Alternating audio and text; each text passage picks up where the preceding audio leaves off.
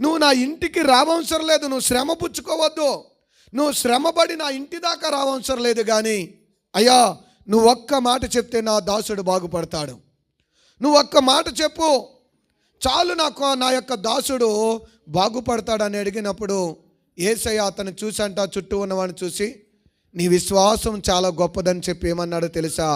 నీ విశ్వసించిన ప్రకారమే నీకు జరిగిద్ది అన్నాడు. దేవునికి స్తోత్ర, హల్లెలూయా.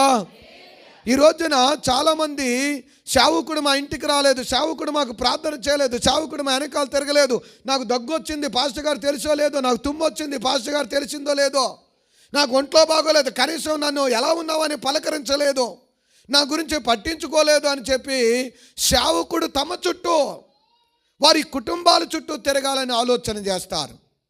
కానీ ఎప్పుడూ వాక్యం వినలేదు, దేవుని సన్నిధికి తెలియదు. కానీ ఆ శతాధిపతి ఏమంటాడో తెలుసా ప్రియులారా? నువ్వు ఒక్క మాట చెప్తే చాలయ్యా, నువ్వు నా ఇంటి దాకా ఎందుకు, నువ్వు శ్రమ పుచ్చుకోవసరం లేదు, నువ్వు ఉన్న స్థలంలో ఉండి నా కొరకు ప్రార్థన